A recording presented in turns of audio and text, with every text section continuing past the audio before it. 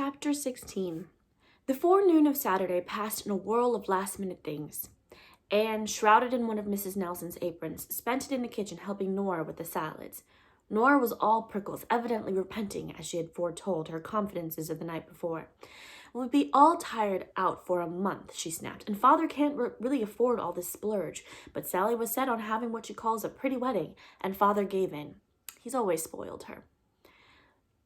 "Spite and jealousy," said Aunt Mouser, suddenly popping her head out of the pantry where she was driving Mrs. Nelson frantic with her hopings against hope. "She's right," said Nora bitterly to Anne. "Quite right. I'm spiteful and jealous. I hate the very look of happy people. But all the same, I'm not sorry I slapped Judd Taylor's face last night.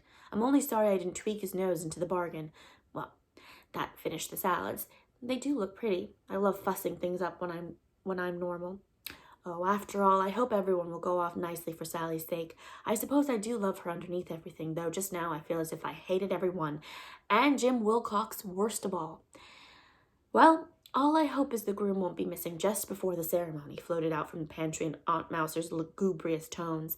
"Austin Creed was. He just forgot he was to be married that day. The Creeds were always forgetful, but I call that carrying things too far." The two girls looked at each other and laughed. Nora's whole face changed when she laughed, lightened and glowed, rippled. And then someone came out to tell her that Barnabas had been sick on the stairs. Too many chicken livers, probably. Nora rushed off to repair the damage, and Aunt Mouser came out of the pantry to hope that the wedding cake wouldn't disappear, as had happened at Alma Clark's wedding 10 years before. By noon, everything was in immaculate readiness. The table laid, the beds beautifully dressed, baskets of flowers everywhere, and in the big north room upstairs, Sally and her 3 bridesmaids were in quivering splendor. Anne, in her Nile green dress and hat, looked at herself in the mirror and wished that Gilbert could see her. "Oh, you're wonderful," said Nora half enviously. "You're looking wonderful yourself, Nora. That smoke blue chiffon and that picture hat bringing out the gloss of your hair and the blue of your eyes." "There's nobody to care how I look," said Nora bitterly. "Well, watch me grin, Anne. I mustn't be the death's head at the feast. I suppose I have to play the wedding march after all. Vere's got a terrible headache. I feel more like playing the dead march, as Aunt Mouser foreboded." Aunt Mouser, who had wandered around all the morning getting in everybody's way in a none-too-clean old kimono and a wilted boudoir cap, now appeared resplendent in maroon gross grain, and told Sally one of her sleeves didn't fit, and she hoped nobody's petticoat would show below her dress as it happened at Aunt Annie Crewson's wedding.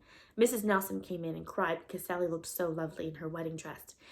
Now, don't be sentimental, Jane," soothed Aunt Mouser. "You've still got one daughter left, and likely to have her by all accounts. Tears ain't lucky at weddings. Well, all I hope is nobody'll drop dead like old Uncle Cromwell at Roberta Pringle's wedding, right in the middle of the ceremony.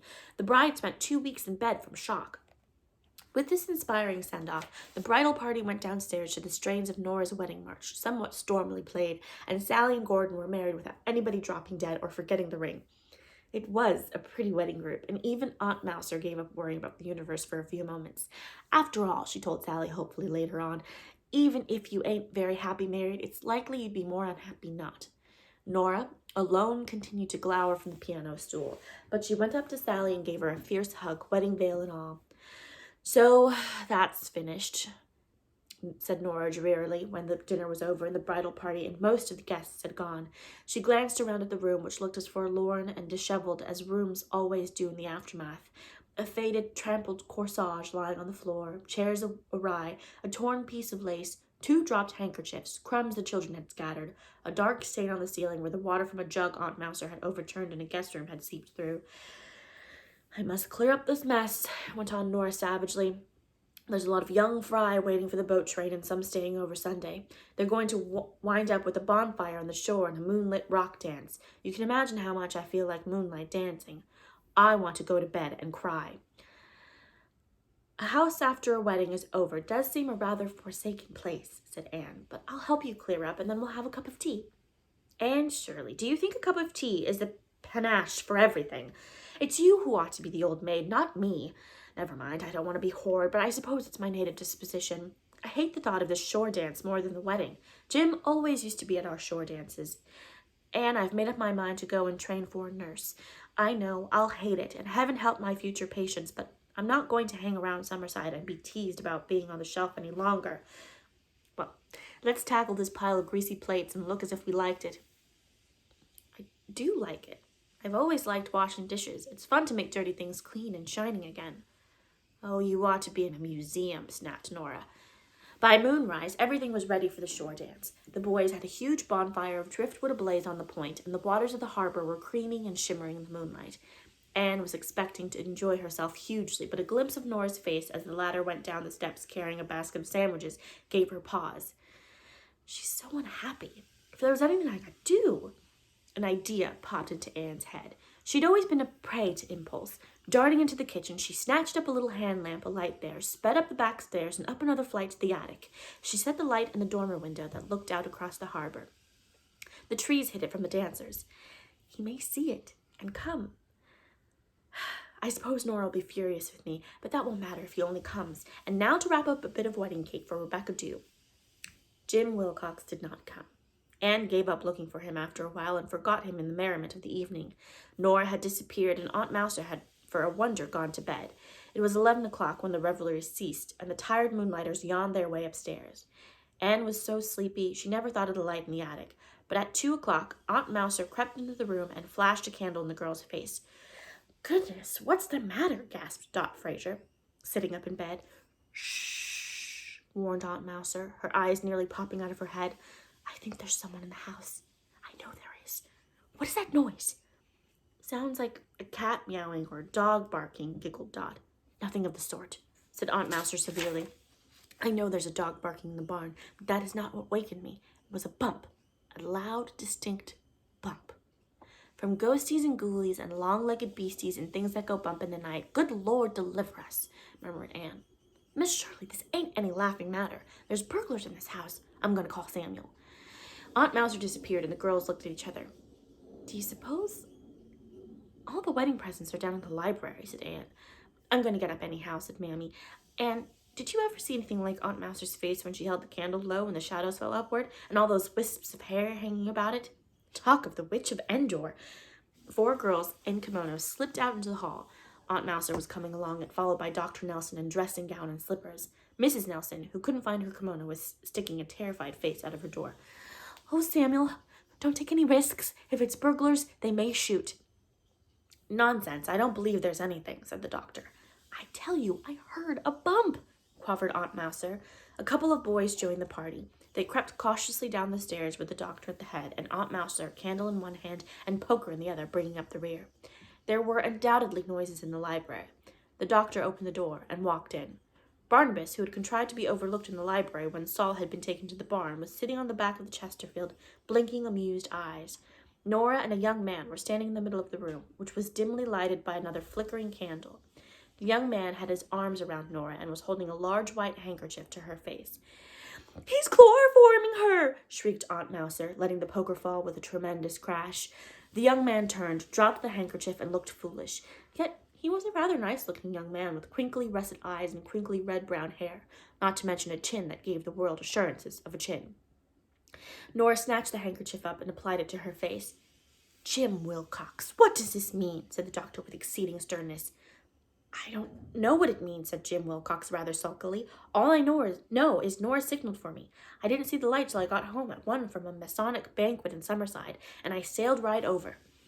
"I didn't signal for you," stormed Nora. "For pity's sake, don't look like that, Father. I wasn't asleep. I was sitting at my window. I hadn't undressed, and I saw a man coming up from the shore. When he got near the house, I knew it was Jim, so I ran down, and I ran to the library door and made my nose bleed. He's just been trying to stop it. I jumped in at the window and knocked over the bench." "I told you I heard a bump," said Aunt Mouser. "And now Nora says she didn't signal for me, so I'll just relieve you of my unwelcome presence with apologies to all concerned." "It's really too bad to have disturbed your night's rest and brought you all the way over the bay on a wild goose chase," said Nora as icily as possible, consistent with hunting for a bloodless spot on Jim's handkerchief. "Wild goose chase is right," said the doctor. "You'd better try a door key down your back," said Aunt Mouser. "It was I who put the light in the window," said Anne shamefacedly, "and then I forgot." "You dared?" cried Nora. "I'll never forgive you." "Have you all gone crazy?" said the doctor irritably. "What's all this fuss about anyhow? For heaven's sake, put that window down, Jim. There's a wind blowing in, fit to chill you to the bone. Nora, hang your head back and your nose will be all right." Nora was shedding tears of rage and shame, mingled with the blood on her face that made her a fearsome sight. Jim Wilcox looked as if he'd wished the floor would open and gently drop him in the cellar. "Well," said Aunt Mouser belligerently, "all you can do now is marry her, Jim Wilcox. She'll never get a husband if it gets round that she was found here with you at 2 o'clock at night." "Marry her?" cried Jim in exasperation. "What have I wanted all my life but to marry her? Never wanted anything else." "Then why didn't you say so long ago?" demanded Nora, whirling about to face him. "Say so? You've snubbed and frozen and jeered at me for years. You've gone out of your way times without number to show me how you despised me. I didn't think it was the least use to ask you. And last January you said—" "You goaded me into saying it." "I goaded you? I like that. You picked a quarrel with me just to get rid of me." "I didn't. And yet I was fool enough to tear over here in the dead of night because I thought you'd put our old signal in the window and wanted me. Ask you to marry me. Well, I'll ask you now and have done with it, and you can have the fun of turning me down before all this gang. Nora Edith Nelson, will you marry me?" "Won't I? Won't I?" cried Nora so shamelessly that even Barnabas blushed for her. Jim gave her one incredulous look, then sprang at her. Perhaps her nose had stopped bleeding. Perhaps it hadn't. It didn't matter. "I think you've all forgotten that this is the Sabbath morn," said Aunt Mouser, who had just remembered it herself. "I could go do with a cup of tea if anyone would make it. I ain't used to demonstrations like this. All I hope is poor Nora really has landed him at last. At least she has witnesses." They went to the kitchen, and Mrs. Nelson came down and made tea for them, all except Jim and Nora, who remained closeted in the library with Barnabas for chaperone. Anne did not see Nora until the morning. Such a different Nora, 10 years younger, flushed with happiness. "I owe this to you, Anne. If you hadn't set the light, though just for 2.5 minutes last night, I could have chewed your ears off." "And to think I slept through it all," moaned Tommy Nelson heartbrokenly. But the last word was with Aunt Mouser. "Well, all I hope is that it won't be a case of marrying in haste and repenting at leisure." Chapter 17. Extract from letter to Gilbert. School closed today. 2 months of Green Gables and dew-wet, spicy ferns, ankle-deep along the brook, and lazy dappling shadows in Lover's Lane, and wild strawberries in Mr. Bell's pasture, and the dark loveliness of firs in the haunted wood. My very soul has wings. Jen Pringle brought me a bouquet of lilies of the valley and wished me a happy vacation. She's coming down to spend a weekend with me sometime. Talk of miracles. But little Elizabeth is heartbroken. I wanted her for a visit too, but Mrs. Campbell did not deem it advisable. Luckily, I hadn't said anything to Elizabeth about it, so she was spared that disappointment. "I believe I'll be Lizzie all the time you're away, Miss Shirley," she told me. "I'll feel like Lizzie anyway." "But I think of the fun we'll have when I come back," I said. "Of course you won't be Lizzie. There's no such person as Lizzie in you, and I'll write you every week, little Elizabeth." "Oh, Miss Shirley, will you? I've never had a letter in my life. Oh, won't it be fun? And I'll write you if they'll let me have a stamp. If they don't, you'll know I'm thinking of you just the same. I've called the chipmunk in the backyard after you, Shirley. You don't mind, do you? I thought at first of calling it Anne Shirley, but then I thought that mightn't be respectful. And anyway, Anne doesn't sound chipmunky. Besides, it might be a gentleman chipmunk. Chipmunks are such darling things, aren't they? But the woman says they eat the rosebush roots." "She would," I said. I asked Catherine Brooke where she was going to spend the summer, and she briefly answered, "Here, where did you suppose?" I felt as if I ought to ask her to Green Gables, but I just couldn't. Of course, I don't suppose she'd have come anyway, and she's such a killjoy. She'd spoil everything. But when I think of her alone in that cheap boarding house all summer, my conscience gives me unpleasant jabs. Dusty Miller brought in a live snake the other day and dropped it on the floor of the kitchen. If Rebecca Dew could have turned pale, she would have. "This is really the last straw," she said. But Rebecca Dew is just a little peevish these days because she has to spend all her spare time picking big gray-green beetles off the rose trees and dropping them in a can of kerosene. She thinks there are entirely too many insects in the world. "It's just going to be eaten up by them someday," she predicts mournfully. Nora Nelson is to be married to Jim Wilcox in September. Very quietly, no fuss, no guests, no bridesmaids. Nora told me that that was the only way to escape Aunt Mouser, and she will not have Aunt Mouser to see her married. I'm to be present, however, sort of unofficially. Nora says Jim would never have come back if I hadn't set the light in the window. He was going to sell his store and go west. Well, when I think of all the matches I'm supposed to have made. Sally says they'll fight most of their time, but that they'll be happier fighting with each other than agreeing with anybody else. But I don't think they'll fight much. I think it's just a misunderstanding that makes most of the trouble in the world. You and I for so long now. Good night, belovedest. Your sleep will be sweet.